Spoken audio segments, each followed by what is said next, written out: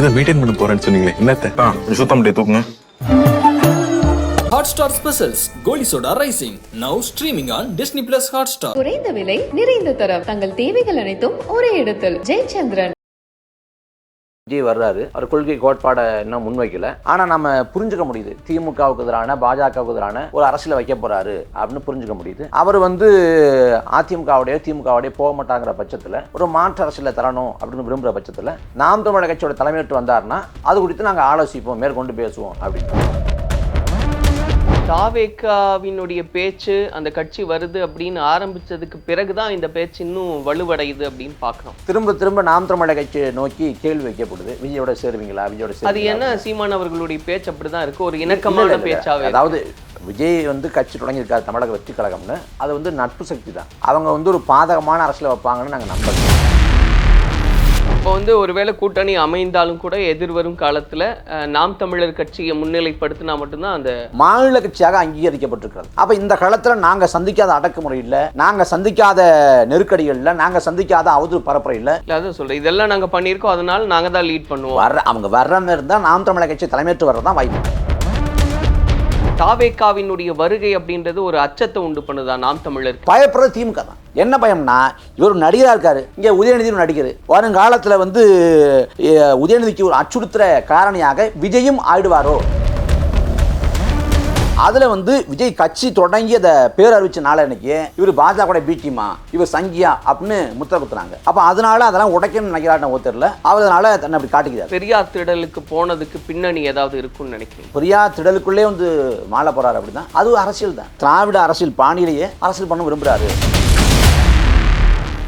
கலாட்டா வாய்ஸ் நேயர்களுக்கு வணக்கம். நான் சரவண ராம்குமார். இன்னைக்கு நம்ம கூட இடும்பாவனம் கார்த்திக் அவர்கள் இருக்காரு. அவர்கிட்ட நிறைய விஷயங்களை பேசலாம். அண்ணா வணக்கம். வணக்கம் அண்ணா, இப்போ சீமான் அவர்களுடைய பேச்சு அப்படின்னு நம்ம பார்க்குறோம், அண்மையில் பேசியிருந்தது ஒரு டோன் மாறின மாதிரி இருக்கு.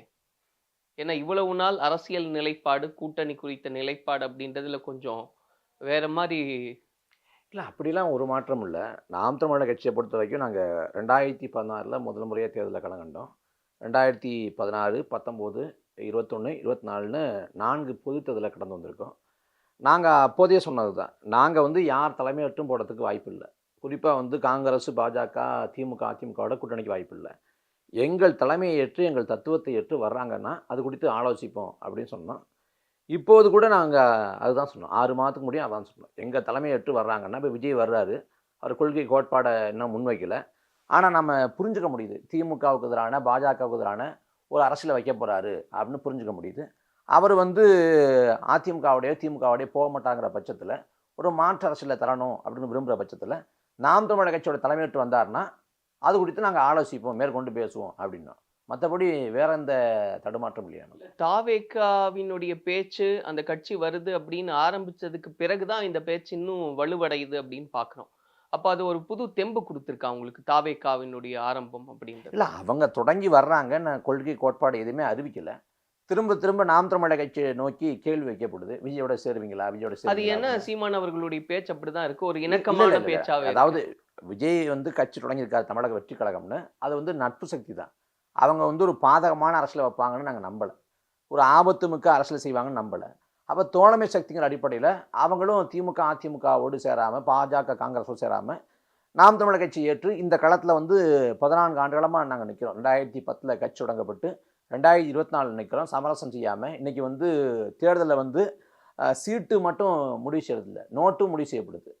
10 சீட்டு தர்றாங்கன்னா 400 கோடி 500 கோடியை கொட்டி கொடுக்குறாங்க. அது எல்லா கட்சியும் கொடுக்குறாங்க. அப்போ இந்த நோட்டு பேரும் சீட்டு பேரும் அரசியல் நெருக்கடி, அவதூறு பரப்புரை, இது எல்லாத்துக்கும் முகம் கொடுத்து எல்லாத்தையும் புறந்தள்ளிட்டு நாங்கள் சமரசம் இல்லாமல் இந்த களத்தில் நிற்கிறோம். ஒரு மாற்று அரசியல் முழக்கத்தை முன்னோக்கி நிற்கிறோம். அழகும் நிறைவும் கொண்ட வாழ்க்கையை சொர்க்கத்தில் இல்லாமல் நம்ம வாழ்கிற பூமியில் படைக்க பாடுபடுறோன்னா ஜீவா சொல்கிறாங்க. அதே போல் அழகும் நிறைவும் கொண்ட வாழ்க்கையை நாம் படைக்கணும். தாய் தமிழ்நாட்டை ஒரு ஒரு நல்ல பூமியாக மாற்றணும், இந்த மண்ணுக்கு மக்களுக்குமான ஒரு நல்ல ஆட்சியை கொடுக்கணுங்கிற நோக்கத்தோடு நிற்கிறோம். எங்கள் திருநாட்டில் எங்கள் நல்லாட்சி, எங்கள் பாட்டன் பாவேந்தர் பாரதாசன் பாடிய அந்த முழக்கத்துக்கு ஏற்ப ஒரு நல்லாட்சி நிறுவனம்னு நினைக்கிறோம். அந்த நல்லாட்சி நிறுவனங்கிற எங்களோட பொது நோக்கத்தை ஏற்றுக்கொண்டு, தமிழின் அறம் சார்ந்த ஆட்சிங்கிற அந்த லட்சிய முழக்கத்தை ஏற்றுக்கொண்டு விஜய் வருவார்னா அது குறித்து ஆலோசிப்போம்னா.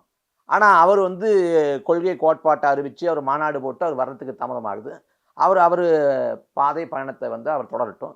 நாம் தமிழர் கட்சிக்கு காலம் வந்து ரொம்ப குறைவாக இருக்குது. ஏன்னா 2016 வந்து சட்டமன்ற தேர்தல் எதிர்வதற்கு முன்பாக ஓராண்டுக்கு முடிய வேட்பாளர் அறிவிச்சார் அண்ணன். அறிவித்து வந்து எல்லா இடத்தையும் வேலைகளை தொடங்கினாங்க. 2021 ஒரு 8 மாதத்துக்கு முடிய அறிவித்தோம்.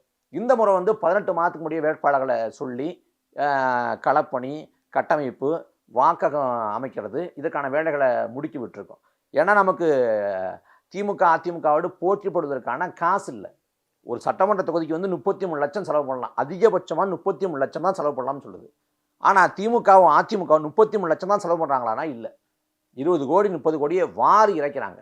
அப்போ அவங்க பணத்தை இறைக்கிறப்ப எங்கள்கிட்ட பணம் இல்லை. அப்போ நாங்கள் பரப்புரை செய்ய வேண்டியிருக்கு. அந்த பணத்துக்கு இணையாக நாங்கள் வந்து ஈடு கொடுக்கணும்னா பரப்புரை செய்ய வேண்டியிருக்கு, களப்பணி செய்ய வேண்டியிருக்கு, மக்கள்கிட்ட கருத்துக்களை கொண்டு போய் சேர்க்க வேண்டியிருக்கு. அதுக்கு ஒரு பெரிய காலம் தேவைப்படுது. அதுக்கு இந்த 18 மாதத்தை பயன்படுத்திக்கலாம்னு நினைக்கிறோம்.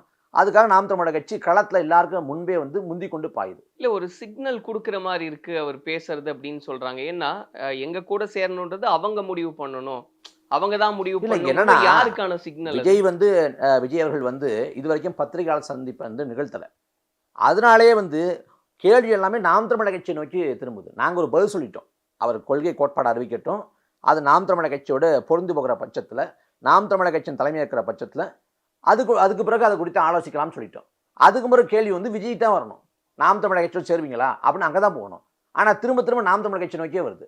அப்போ அதை பேசி பயனில் நாங்கள் தனிச்சு போட்டின்னு முடிவெடுத்து நாங்கள் முன்னோக்கி போயிட்டோம். இப்போ வந்து ஒருவேளை கூட்டணி அமைந்தாலும் கூட எதிர்வரும் காலத்தில் நாம் தமிழர் கட்சியை முன்னிலைப்படுத்தினா மட்டும்தான் அந்த இந்த களத்தில் வந்து நாம் தமிழர் கட்சி ஒரு அளப்பரிய அரசியல் ஆற்றலாக மாறியிருக்கு. நீங்கள் இந்திய தேர்தல் அரசியல் வரலாற்று எடுத்துங்க, ஒரு தோத்து போன கட்சி, வெல்லாத ஒரு கட்சி வந்து வளராது. நாம் தமிழர் கட்சி 10 தொடங்கி 6 ஆண்டுக்கு பிறகு 16 முதல் முறையாக சட்டமன்ற தேர்தலை எதிர்கொள்கிறோம். அந்த சமயத்தில் மக்களை கூட்டணி அப்படின்னு அன்றைக்கி விஜயகாந்த் தலைமையில் வைகோ, அப்புறம் திருமாவளவன், இந்திய கம்யூனிஸ்ட், மார்க்சிஸ்ட் கம்யூனிஸ்ட் கட்சி, அப்புறம் வந்து ஜி.கே. வாசன் ஒரு பெரிய அணி அமைச்சு வர்றாங்க. நம்மை விட அதிகப்படியான ஊடக வெளிச்சமும் கவன ஈர்ப்பும் அவங்களுக்கு இருந்துச்சு. ஆனால் தேர்தலில் அவங்க தோற்று போன பிறகு மக்களை கூட்டணி வந்து இருக்கிற இடம் தெரியாமல் சரி போச்சு. விஜயகாந்த் வந்து வீழ்ச்சி அடைஞ்சார். ஆனால் நாம் தமிழர் கட்சி அதே தேர்தலில் வெற்றி பெறலை, 1.1 விழுக்காடு வாக்கில் தான் பெற்றோம். அப்போ நாம் தமிழர் கட்சி மக்களை கூட்டணி போல் சிதறி போகும், ஒன்றுமெல்லாம் போகும்னு நினைச்சாங்க. ஏன்னா அடுத்து வரக்கூடிய தேர்தல் வந்து பார்லிமெண்ட் தேர்தல் 2019. ஆனால் பார்லிமெண்ட் தேர்தலில் சட்டமன்ற தேர்தலை விட 4 மடங்கு வளர்ச்சி, 4 விழுக்காடு வாக்கில் பெற்றோம். அந்த தேர்தல்களையும் நாங்கள் வெள்ளலை, 2 தேர்தல் வெள்ளலை, சட்டமன்ற தேர்தல், பார்லிமெண்ட் தேர்தல்னு. 2021 சட்டமன்ற தேர்தலில் அதை விட அதிகப்படியான வாக்கு 7 விழுக்காடு வாக்கில் பெற்றோம்.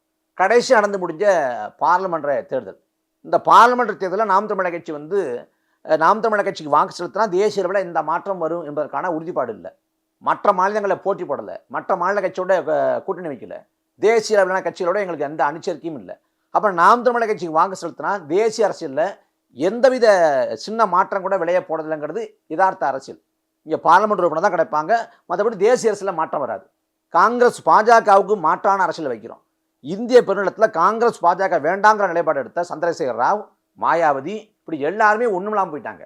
ஆனால் நாம் தமிழர் கட்சி மட்டும்தான் 8 விழுக்காடு வாக்களை பெற்று மாநில கட்சியாக அங்கீகரிக்கப்பட்டிருக்கிறது. அப்போ இந்த களத்தில் நாங்கள் சந்திக்காத அடக்குமுறை இல்லை, நாங்கள் சந்திக்காத நெருக்கடிகளில், நாங்கள் சந்திக்காத அவதூறு பரப்புரையில் சந்தித்து எல்லா மக்களுக்கான போராட்ட களங்களில் காவிரி, முல்லை பெரியாறு, பாலாறு, கச்சத்தீவு, மீத்தேனு, ஹைட்ரோகார்பனு, 8 வழிச்சாலை, உயர்மின்னழுத்த கோபுரம், ஸ்டெர்லைட்டு, அணுவுல அணுக்களி மையம், மீனவர் சிக்கல், எல்லாத்துக்குமான களத்தை நிற்கிறோம். அதே போல் வந்து மக்கள் அல்லல் படுற காலத்தில் தானே புயல், ஒக்கி புயல், நிவரு புயல், சென்னை பெருவெள்ளம், தூத்துக்குடி பெருவெள்ளம், இப்படி எல்லா காலத்தையும் மக்களோடு நின்றுருக்கோம். அப்போ மக்களுக்காக நாங்கள் நிற்கிறோம். நாம் தமிழர் கட்சியில் 100 விழுக்காடு மக்கள் வந்து அரசியல்படுத்தப்பட்டிருக்காங்க. எல்லாருக்கும் தத்துவார்த்த ஒரு புரிதல் இருக்குது, ஒரு பார்வை இருக்குது. அப்போ இப்படிப்பட்ட நாம் தமிழர் கட்சி அவங்க தான் தலைமையேற்று வரணும். இல்லை, அதான் சொல்கிறேன், இதெல்லாம் நாங்கள் பண்ணியிருக்கோம், அதனால நாங்கள் தான் லீட் பண்ணுவோம். அவங்க வர்ற மாதிரி இருந்தால் நாம் தமிழர் கட்சி தலைமையேற்று வர்றது தான் வாய்ப்பு வரும் காலத்தில். இப்போ இதை ஒட்டி பேச்சுக்கள் அப்படின்றது ஆரம்பமாயிருக்கு. எல்முருகன் அவர்கள் சொல்றாரு, இவ்வளவு நாள் அவரும் முயற்சி பண்ணி பார்த்தாரு, சரி அப்படின்னு இப்போ இந்த முடிவுக்கு வர்றாரு அப்படின்ற மாதிரி எல்முருகன் அவர்களும் பேசியிருக்காரு. இல்லை, எல்முருகன் அவங்கள பொறுத்த வரைக்கும் அவங்க தான் யாரையும் தொங்கிட்டு இருக்கிறாங்க. அவங்க வந்து அதிமுகவோட மறுபடியும் போக முடியாதான்னு நினைக்கிறாங்க. இந்த நடந்து முடிஞ்ச பார்லிமெண்ட் தேர்தலில் கூட அவங்க வந்து கூட்டணி விட்டு வெளியேறலை, அதிமுக கழட்டி விட்டுச்சு. கடைசி வரை தொங்கி பார்த்தாங்க, வாய்ப்பே இல்லைன்ன பிறகு தான் அவங்க வந்து தனிச்சு போட்டி, தங்கள் தலைமையில் அணியை அமைச்சு போட்டி அப்படிங்கிற நிலைப்பாட்டுக்கு போகிறாங்க. நாம் தமிழர் கட்சிக்கு அப்படிப்பட்ட தேவையில்லையே, நாங்கள் யார்ட்டையும் போய் அப்படி தொங்கி நிற்கலையே. இல்லை, இந்த நிலைப்பாடு குறித்து அவர் அறிவிச்சதை தான் அவர் அப்படி சொல்கிறாரு. இப்போ ஊடகங்கள் எழுப்பிய கேள்விகள், ஊடகங்கள் முன்வைத்த யூகங்கள், ஊகங்களுக்கு தான் பதில் சொன்ன முடிய நாம போய் ஒன்று நிற்கலையே, அப்படிலாம் நிற்கலையே. இப்ப இதெல்லாம் தாண்டினா தாவேகாவினுடைய வருகை அப்படின்றது ஒரு அச்சத்தை உண்டு பண்ணுதா நாம் தமிழருக்கு? ஏன்னா அங்கேயும் இளைஞர்கள் தான் நிறைய பேர் உள்ள வராங்க, இங்கேயும் ஆல்ரெடி நிறைய இளைஞர்கள் இருக்காங்க. அப்படிங்கும்போது இதுல ஏதாவது மாற்றம் வருமோ அப்படின்ற ஒரு இல்லை, தமிழக வெற்றி கழகம்னு அவங்க கட்சி பேரை வச்சுருக்காங்க, கொடியை அறிவிச்சிருக்காங்க. மற்றபடி கொள்கை, கோட்பாடு, செயல் திட்டங்கள், நோக்கங்கள், எந்த பாதை, வலது சரியா இடது சரியா, என்ன மாதிரி தத்துவம், இந்துத்துவமா திராவிடமா தமிழ் தேசியமா இல்லை மையமா இல்லை தேசியமா, எதையுமே அவங்க சொல்லலை. ஆனால் இது வரைக்கும் நாங்கள் நாம் தமிழர் கட்சி வந்து இப்போ நாங்கள் தனிச்சு போட்டி அறிவிச்சது மூலமாக 5 மணி போட்டியாக தமிழ்நாட்டில் பதிவாகுது. இந்த 5 மணி போட்டியில் வந்து நாம் தமிழர் கட்சியோட சக போட்டியாளர் தான் தமிழக வெற்றி கழகம் விஜய் அவர்கள். ஆனால் நாங்கள் எந்த இடத்துலையும் வந்து இது வரைக்கும் விமர்சிக்கலை, விமர்சிப்பதற்கான தேவை உருவாகலை, அதனால் விமர்சிக்கலை. நாளை பின்ன கொள்கை கோட்பாட்டில் ஒரு சறுக்கல் இருக்குது, இல்லை செயல் திட்டங்களில் வந்து ஒரு தவறானது இருக்குது, பிற்போக்குத்தனம் இருக்குது அப்படின்னா அப்போ நாங்கள் விமர்சனங்களை ஆக்கப்பூர்வமாக ஆரோக்கியமாக வைப்போம். ஆனால் இப்போ நாங்கள் இது வரைக்கும் நாங்கள் விமர்சிக்கலை. அப்போ நாம் தமிழர் கட்சிக்கு பயம்ங்கிற ஒரு கருத்துவாக்கத்தை திட்டமிட்டு ஏற்படுத்துறாங்க. இல்ல அங்கேயும் இளைஞர்கள் இருக்காங்க, இங்கேயும் இளைஞர்கள் இருக்காங்க. கமலஹாசன் வந்து நாடறியப்பட்ட நடிகர், 2019 வர்றாரு. கமலஹாசனோட நாம் தமிழர் கட்சி அதிக வாக்கில் பெறுது. நாம் தமிழர் கட்சிக்கு வாக்கு சத்தமே வந்து போகிற போக்கில் வாக்கு சத்தம் இல்லை. அவனுக்கு ஒரு புரிதல் உண்டு, ஒரு மாற்று அரசியல் முழக்கம் பிடிச்ச போயிருக்கு. நாம் தமிழர் கட்சி வெற்றி பெறுது, தோல்வடையுது, அது அப்பாற்பட்டது. ஆனால் நாம் தமிழர் கட்சிக்கு போடுறேன், உண்மை நேர்மையாக உழைக்கிறாங்க, எளிய மக்கள் வந்து அரசியலில் வந்து கிளந்து எழுறாங்க, இந்த அரசியல் விளன்னு சொல்லிட்டு அவன் வாக்கு செலுத்துறான். நாம் தமிழர் கட்சிக்கு எந்த பயமும் இல்லை. உண்மையிலே பயப்படுறது யாருன்னா திமுக தான் பயப்படுது.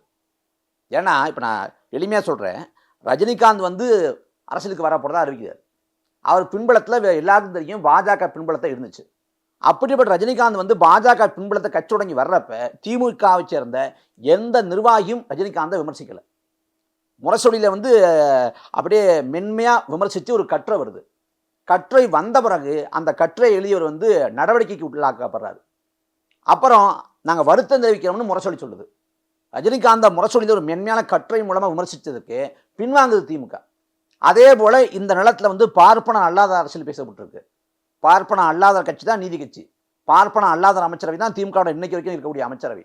பார்ப்பனர் இருக்கக்கூடிய கண்டேன்னு ஒரு பார்ப்பனரை வந்து அன்னைக்கு எம்ஜிஆர் ஆட்சி காலத்தில் அமைச்சராக்கினப்ப கண்டேங்கிற பார்ப்பனர் எப்படி அமைச்சராக்கன்னு சொல்லிட்டு அன்னைக்கு அதை எதிர்த்து போராடி சிறைக்கு பண்ணவர் ஐயா வீரமணி. அந்த தமிழ்நாட்டில் ராஜாஜிக்கு பிறகு கமலஹாசங்கிற ஒரு பார்ப்பனை தான் கட்சி தொடங்குறாரு. அப்படி கட்சி தொடங்கி வர்றப்ப அவருக்கு எதிர்ப்புகள் வரலை. விஜய் வர்றப்ப கட்சி தொடங்குறாரு. ஆனால் வந்து கொள்கை கோட்பாடை சொல்லலாம் கூட நம்மளால் புரிஞ்சுக்க முடியுது. அவர் திராவிட அரசியல் சாயலில் தான் பண்ணுறாரு. ஏறக்குறைய அப்படி தான் வச்சுக்கலாம். ஏன்னா இப்போ நாம் 50 ஆண்டுகளை திராவிட ஆட்சி ஊழல் ஆட்சிங்கிறோம். எம்ஜிஆர் ஆட்சி அதில் உள்ளடக்கம், எம்ஜிஆர் ஆட்சி உள்ளடக்கம், அண்ணாவின் ஆட்சி மீது நமக்கு விமர்சனங்கள் இருக்குது. அண்ணாவோட ஆட்சி தான் கீழ்மணி அந்த படுகொலை நடக்குது. அண்ணாவோட ஆட்சி காலத்தில் வந்து லாட்ரி டிக்கெட்டை வந்து அனுமதிக்கிறாங்க, இப்படி விமர்சனங்கள் இருக்குது. ஆனால் விஜயை பொறுத்த வரைக்கும் அவர் வந்து திராவிட இயக்கங்களை உள்வாங்கணும்னு நினைக்கிறாரு. ஏன்னா அவர் வந்து அந்த அவரோட கொடி அந்த பாடலில் எம்ஜிஆரோட படத்தையும் காமிக்கிறாங்க, அண்ணாவோட படத்தையும் காமிக்கிறாங்க. அதே போல் பெரியாரை வந்து அவர் பெரியாரை சொல்கிறாரு. அப்போ பெரியாரை சொல்கிறாரு, அண்ணாவை சொல்கிறாரு, எம்ஜிஆர் சொல்கிறாங்கிறப்ப திராவிட இயக்க தலைவர்களை உள்வாங்கிறாரு. அதே போல் ஒன்றிய அரசு அப்படின்னு சொல்லியிருக்காரு. கல்வியை மாநில பட்டியலுக்கு கொண்டு வரணும்னு இங்கே பாஜக தவிர்த்துட்டு சொல்லக்கூடிய அத்தனை கட்சிகளோட நிலைப்பாட்டோடு ஒத்து போகிறாரு. அப்போ அவரை வந்து விமர்சிப்பதற்கு இப்போது ஒன்றும் இல்லை, இனிமே வேணா விமர்சிக்கலாம். ஆனால் இந்த நிலையிலேயே திமுகவை சேர்ந்த கீதா ஜீவன், தாமோ அன்பரசன், RS பாரதி, அமைச்சர் பெருமக்கள் எல்லாரும் விமர்சிக்க வேண்டிய அவசியம் என்ன? அவர் தான் கட்சியை தொடங்கி முதப்படி எடுத்து வைக்கிறாரு. இன்னும் எதையுமே சொல்லலையே, அவர் மாநாடே போடலையே, கொடிக்கான விளக்கமே சொல்லலையே, இப்போது விமர்சிக்க வேண்டிய அவசியம் என்ன? இல்ல அப்ப பயப்படுறது திமுக தான். என்ன பயம்னா, இவர் நடிகராக இருக்காரு, இங்கே உதயநிதி நடிகர், வருங்காலத்தில் வந்து உதயநிதிக்கு ஒரு அச்சுறுத்துற காரணியாக விஜயும் ஆயிடுவாரோ.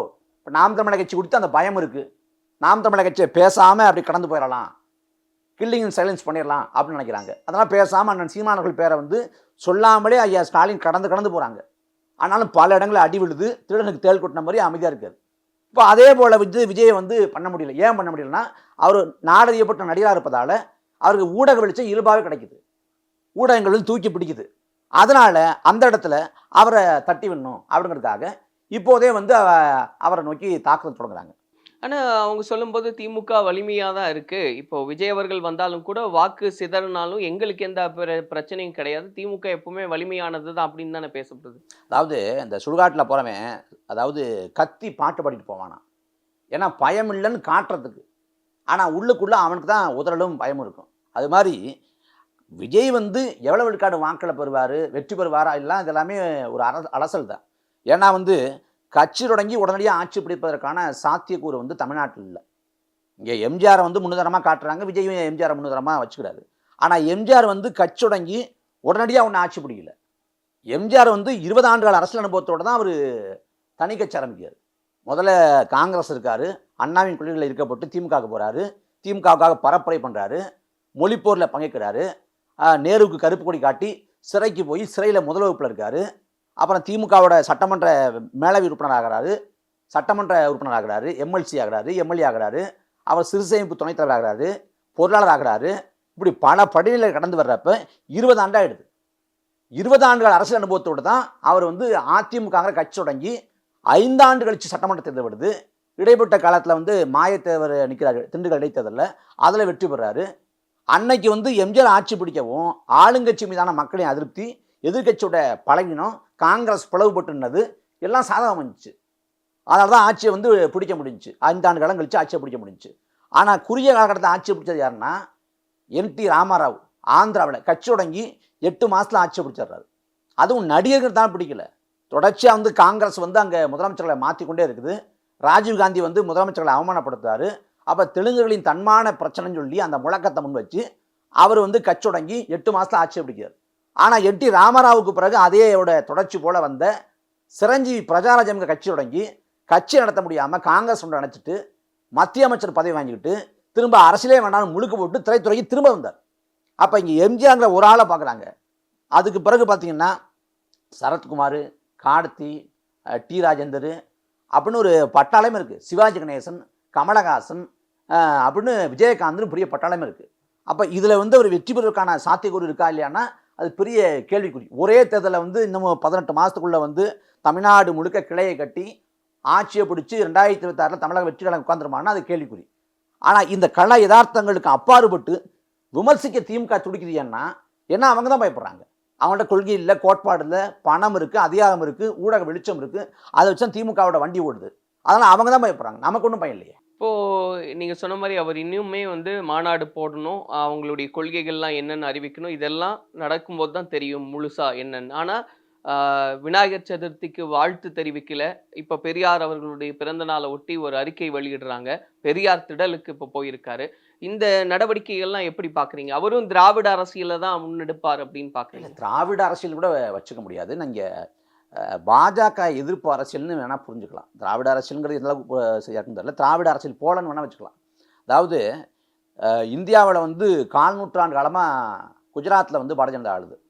அங்கே வந்து ஒரு ஆளுங்கட்சி மீதான நிர்வாக அந்த போதாமை, நிர்வாக சீர்கேடுங்கிற அடிப்படையில் அங்கே பாஜகவுக்கு இப்போ வந்து மக்கள்கிட்ட இருக்கக்கூடிய அதிருப்தியை விட ஒரு முறை கூட தமிழ்நாட்டில் பாஜக ஆளலை. இங்கே கடுமையாக இருக்குது.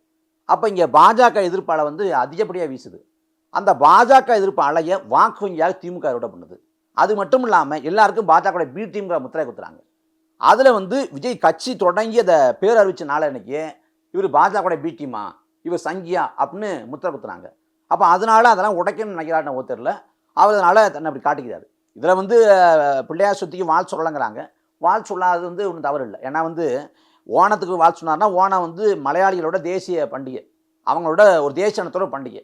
ஆனால் பிள்ளையார் சுத்தி யாரோட பண்டிகை? ஆரிய புரட்டு, புராணங்கள், இதிகாசங்கள் கற்பித்து வைத்திருக்கக்கூடிய ஒரு கற்பனை கதை. அதுக்கு வாழ் சொல்லணும்னு ஒரு அவசியம் இல்லை. அதே போல் தமிழ் புத்தாண்டுங்கிறாங்க. தமிழ் புத்தாண்டு சித்திரை ஒன்றே கிடையாது, தை ஒன்று தான். சித்திரை ஒன்று தமிழ் புத்தாண்டு இல்லாங்கிறப்ப அது வாழ் சொன்ன ஒரு கட்டாயம் கிடையாது. அப்போ அதை ஒரு விமர்சனமாக வைக்க தேவையில்லை. இல்லை, அதை வச்சு தானே இப்போ வந்து அப்போ எல்லா மக்களுக்கான ஆட்சியாக விஜய் அவர்களுடையது இருக்காது ஒருவேளை அவர் ஜெயிக்கும் பட்சத்தில் அப்படின்னு விமர்சனங்கள். அதெல்லாம் அப்புறம் அவர் ஆட்சி பிடிப்பாரா, அதெல்லாம் அப்புறம். அப்போ வேற விமர்சனம் இல்லை, எல்லா மக்களுக்குமான அரசியலை செய்வாரான்ற கேள்வி வந்துடுது இல்லையா? இல்லை, அது இதை வச்சுலாம் சொல்ல முடியாதுங்க. இது வந்து பிள்ளையார் சுத்திக்கு வந்து நாம் தமிழக கட்சி வாழ்த்து சொல்கிறது இல்லை, தீபாவளிக்கு நாம் தமிழக கட்சி வாழ்த்து சொல்கிறது இல்லை. நாம் தமிழக கட்சி நிலைப்பாடும் அதுதான். இப்போ தமிழ் புத்தாண்டு வந்து நாங்கள் தை ஒன்றுன்னு சொல்கிறோம், தை ஒன்றுக்கு வாழ்த்து சொல்கிறோம், சித்திரை ஒன்றுக்கு நாங்கள் ஒன்றும் வாழ்த்து சொல்கிறது இல்லை. அப்போ இதை வச்சுலாம் மதிப்பிட முடியாது.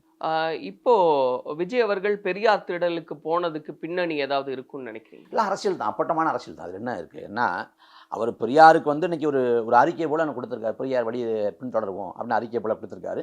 அவர் மாலை போடுறேன்னு நினச்சிருந்தா அவர் வேற எங்கேயாவது மாலை போட்டுருக்கலாம். ஏன்னா சென்னையில் வந்து எண்ணற்ற பெரியார் சிலைகள் இருக்குது. அவர் பெரியார் திடலுக்குள்ளே வந்து மாலை போடுறாரு அப்படின்னா அதுவும் அரசியல் தான். அதுவும் ஒரு அரசியல் தான். அப்படி தான் அதை புரிஞ்சுக்கணும். அப்போ என்னன்னா அந்த திராவிட அரசியல் பாணியிலேயே அரசியல் பண்ண விரும்புகிறாரு அப்படின்னு புரிஞ்சுக்கலாம். ஓகே, அப்போ வந்து அது திமுகவுக்கு தான் பின்னடைவு. இதெல்லாம் வச்சு பார்க்கும் திமுக தான் பின்னாடி. இப்போ வந்து இந்த பெரியார் சிலைக்கு மாலை போடுறாரு விஜய், அதுவும் பெரியார் திடலுக்கே வந்து மாலை போடுறாரு. இதை திமுகவும் திராவிட கழகமும் எப்படி பார்க்குறாங்க? கட்சியோட பேரை வந்து தமிழக வெற்றி கழகம்னு அறிவித்த அடுத்த நாள் ஐயா சுவீரபாண்டியன் வந்து ஒரு பதிவு போடுறாங்க, தமிழக விளையாட்டு கழகம்னு. கட்சியோட பேரை அறிவித்த அடுத்த நாளே அவரை பகடி பண்ணுறீங்க, எள்ளி நகையாடுறீங்க. இப்போ பெரியார் திடலுக்கு வந்து மாலை போட்டு போயிருக்காரு பெரியாருக்கு. இப்போ வரவேற்பீங்களா எதிர்ப்பீங்களா? அப்போ அந்த மாதிரி என்ன சொல்கிறது, இந்த பாஜக பி டீம் சங்கின்னு முத்திர குத்துறாங்கல்ல, அதை உடச்சி விடுற மாதிரி வேலை பார்த்துருக்காரு. இதை மெயின்டைன் பண்ண போறேன்னு சொன்னீங்களே என்னத்த? சுத்தம் முடிய தூக்குங்க. Hotstar Specials Goli Soda rising now streaming on Disney Plus Hotstar. குறைந்த விலை நிறைந்த தரம் தங்கள் தேவைகள் அனைத்தும் ஒரே இடத்தில். ஜெயச்சந்திரன்.